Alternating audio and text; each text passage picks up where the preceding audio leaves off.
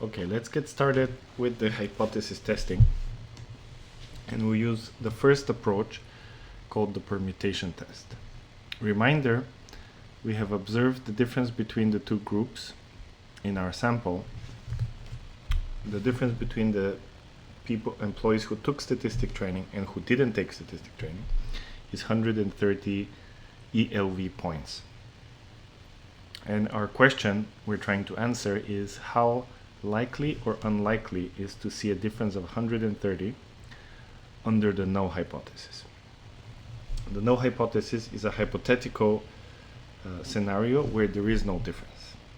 So the groups are really identical, and in that scenario, is it likely or unlikely to see a difference between the groups of 130?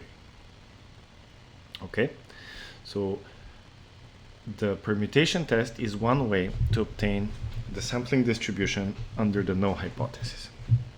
So there's a hypothetical population with some mean, unknown mean, and we're interested in the differences based on samples of size 31 and 30.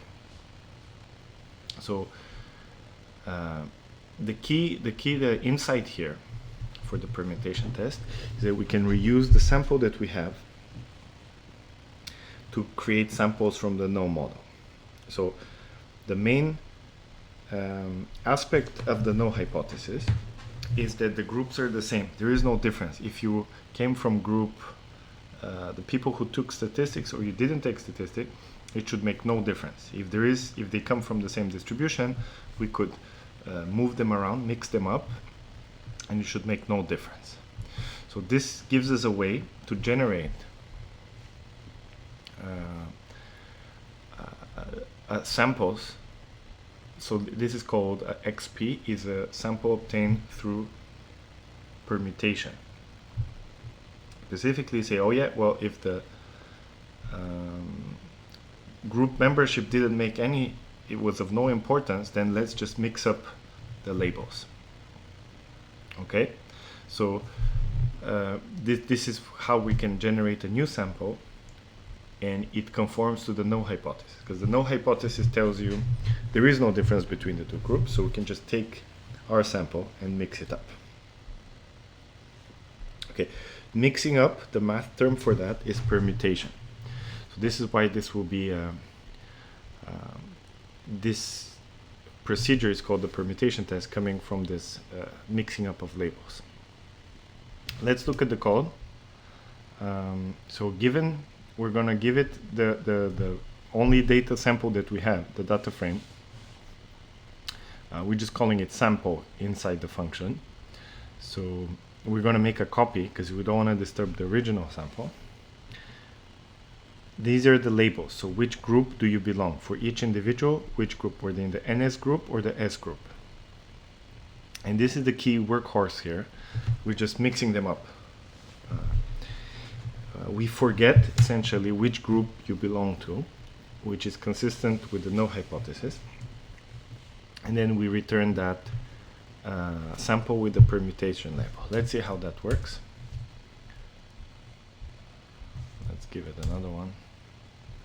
So you see each group, each individual was randomly assigned to group S or NS. And the way this works is that we still keep the size of the no statistics. The group stays of size 31 and the size group S stays of size 30. So we're generating samples of roughly not exactly the same size as the original sample, 30 and 31, 31 and 30. And the distribution, because we're reusing the data, for sure it conforms to the data we have observed. We just forgot the labels. Okay, so let's do it one more time. And now we compute, after doing the permutation of the labels, we compute the difference of means. And we see minus 39. Let's do it one more time. We see plus 33. Minus 41. So this approach, by randomly putting the data we have, think of it as a large bucket, and putting into the groups of 31 and 30, computing the difference in means, is a nice way to generate the sampling distribution under the null. And if you repeat that many times, you get a distribution. That's exactly what we're going to do.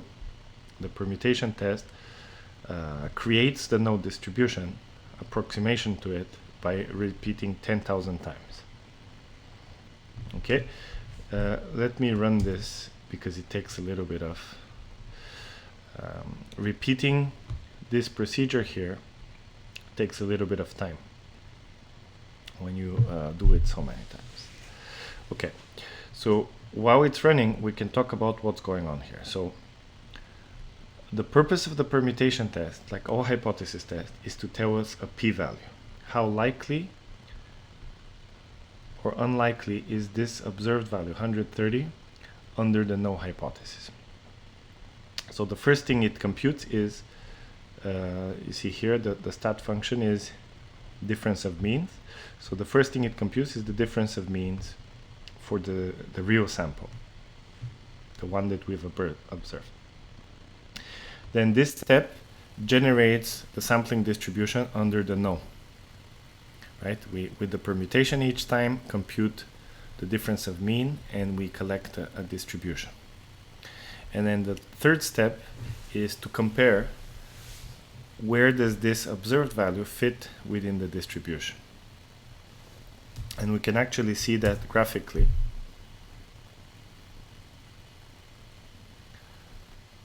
Okay, so the blue, the region in blue, let me hide the red part first. So the region in blue describes all the sampling distribution under the null hypothesis. Notice it's centered at 0 because that's what we assume, right? Under the null hypothesis, there is no difference between the two groups, so it better be 0. The expected value is 0.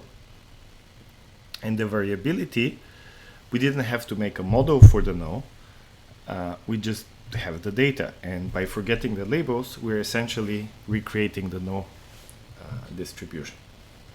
But we want the variability to be roughly into groups of 31 and 30, so then once we forgot the labels, then we build groups out of 30 and 31 and compute differences.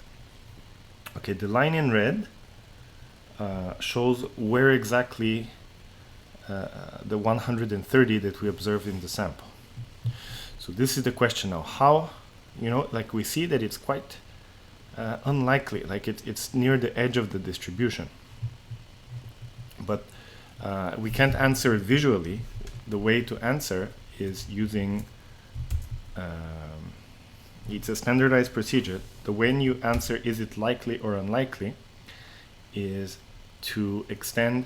So starting from the line, the 130, we go all the way to infinity. And at minus 130, we start here and we go all the way to minus infinity. So we compute not only the value that we observe, but all more extreme cases. So this is how p-values work. The p-value we're going to compute is how likely is to have observed 130 or more extreme. And this is called a two-sided hypothesis.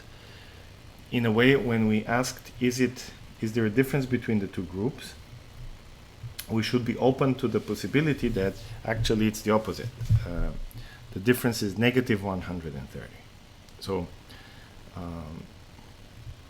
this is why we're looking at both the extreme negative values and extreme positive values.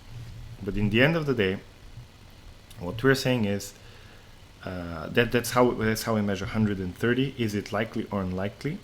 The quantifying metric here is the total weight within this red region. So in math, this is what the red region corresponds to all values of the sampling distribution that are more extreme, so less than the negative or greater than the positive value of the observed statistic. And the p-value is how many are how much of the samples, how many weights are there in these tails compared to the total. So that's how we get a probability. And the answer is, drum roll, 0.485. Okay, so this means that observing d is equal to 130 is less than, it's about 4.8% chance of observing a value 130 or more extreme under the null hypothesis.